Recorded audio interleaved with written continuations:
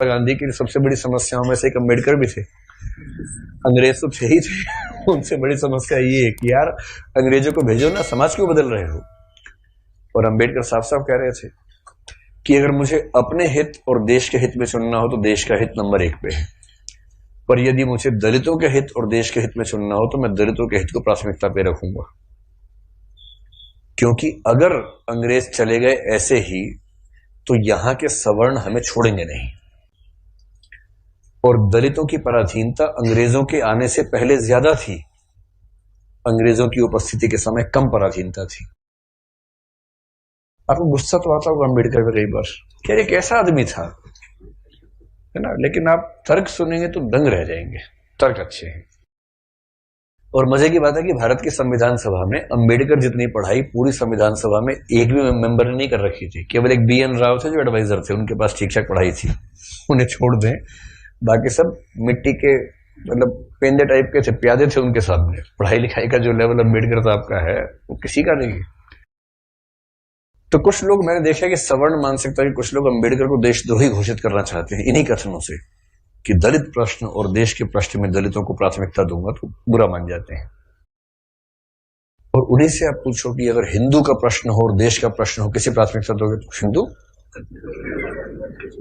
हिंदुस्तान है, मजाक समझते हो तो हिंदुस्तान है बोलते हैं, हिंदुस्तान है। मुसलमान तो आए हैं, जा भी सकते हैं, लेकिन हिंदुस्तान है। तो अंबेडकर उस समय पावरफुल हो चुके थे, और अंबेडकर को मैं तो बड़ा सलाम करता हूं इस सेंस में। आमतौर पर वंचित वर्ग में जब कोई पढ़ लिख लेता है ना, अपने वर्ग से कन्नी काट लेता है।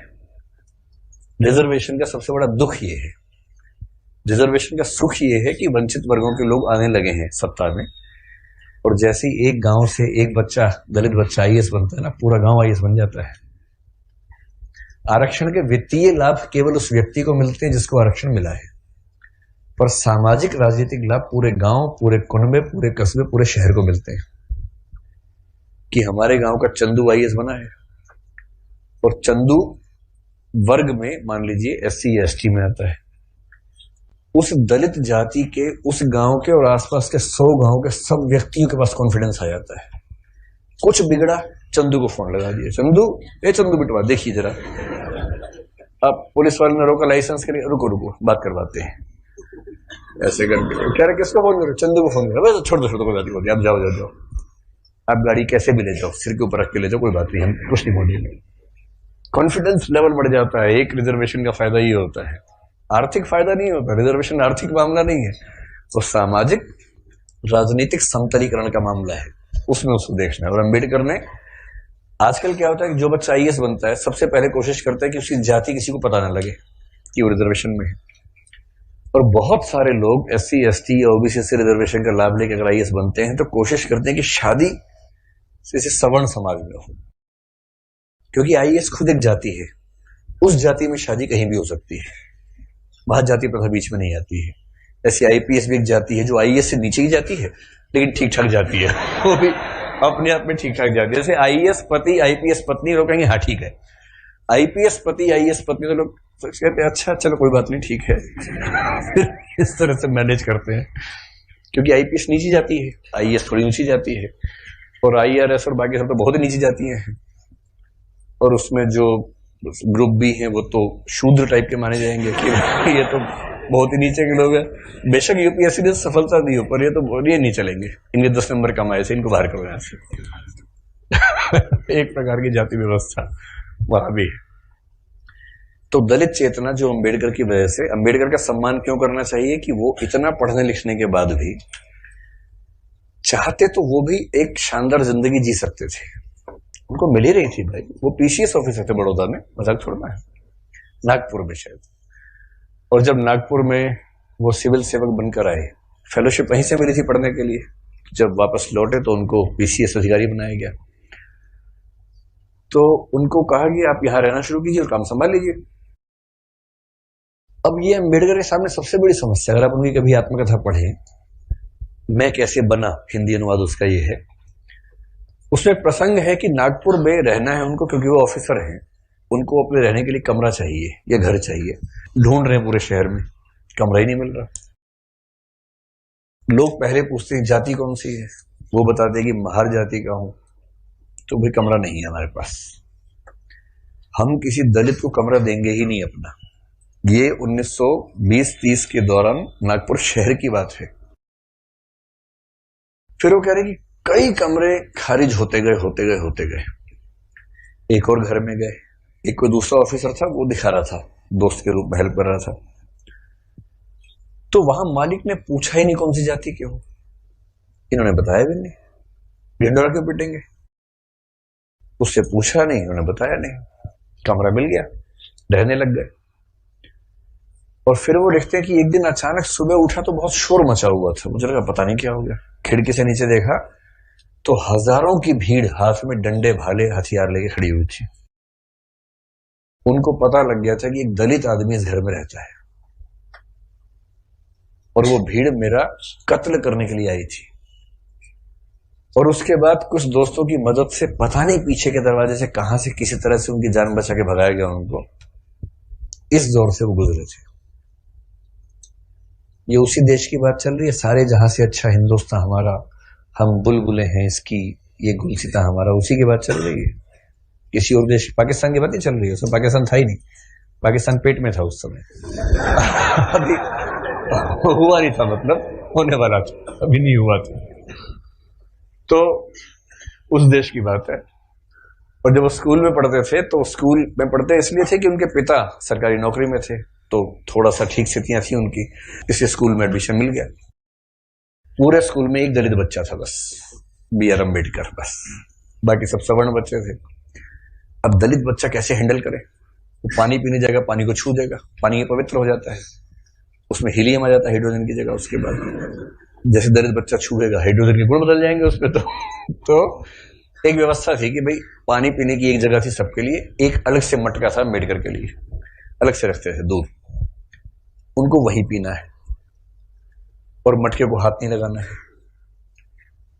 अब कभी कभी क्या हुआ, कई बार ऐसा हुआ कि जो आदमी पानी की व्यवस्था करने के लिए तैनात था वो छुट्टी पर चला गया, एक दिन 2 दिन आया ही नहीं। अब इसको प्यास लग रही है, बाकी बच्चों के पास पानी पीने को, उसको पानी पीने को नहीं है। कई ऐसे दिन गुजारे स्कूल में जब उनको पीने को पानी मिलता ही नहीं था। चेतना ऐसे बनती है, ये सब झेलने के बाद बनती है।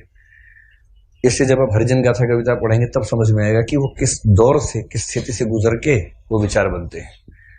और अभी एक अदम गौंडवी की कविता है, वो भी हरिजन के गांव जैसा कुछ नाम है, उसको भी पढ़ेंगे, हम जिक्र करेंगे आगे चलकर, तब समझ में आएगा। ये सब मैं इसलिए कह रहा हूं कि इतिहास के नेताओं को सीधे खारिज करना बहुत आसान होता है। जब आप उनकी स्थितियों को समझेंगे, उनके विचार कैसे बने समझेंगे, तब उनका महत्व समझ में आता है।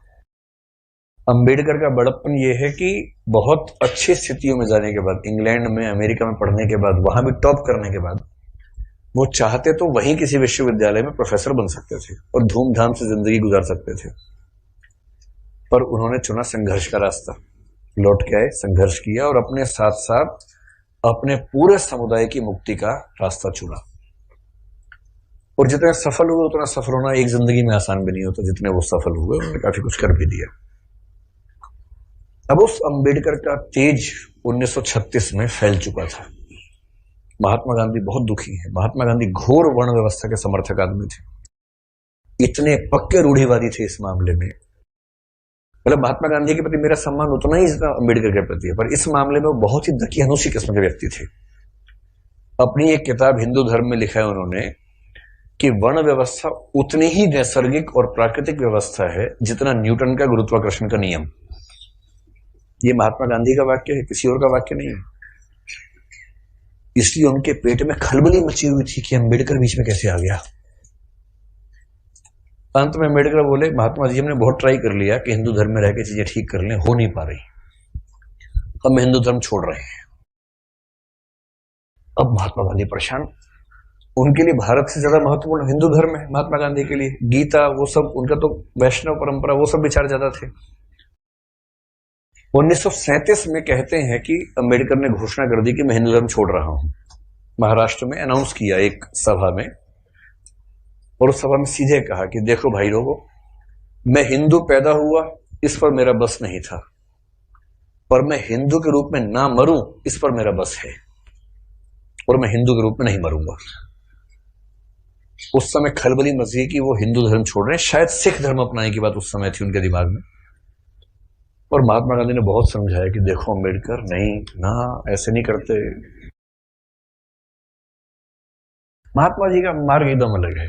अम्बेडकर कह रहे हैं कि अगर मैं इस घर में पैदा हो गया तो मैं क्यों जिंदगी भर सफाई का काम करूं। महात्मा गांधी कह रहे हैं नहीं, गहराई में सोचो, इस घर में पैदा क्यों हुए, ये सोचो। ये उसका डिजाइन है, उसने जानबूझ के पैदा किया क्योंकि तुम्हारे अंदर सफाई के ही गुण हैं। अम्बेडकर कह रहे तू दलित पढ़ेगा नहीं, नहीं पढ़ेगा, पढ़ो लिखो, एमए करो, पीएचडी करो, लेकिन उसके बाद काम वही करना है, सफाई का ही। ये थे राष्ट्रपिता जी। चाचा जी आजकल हैं।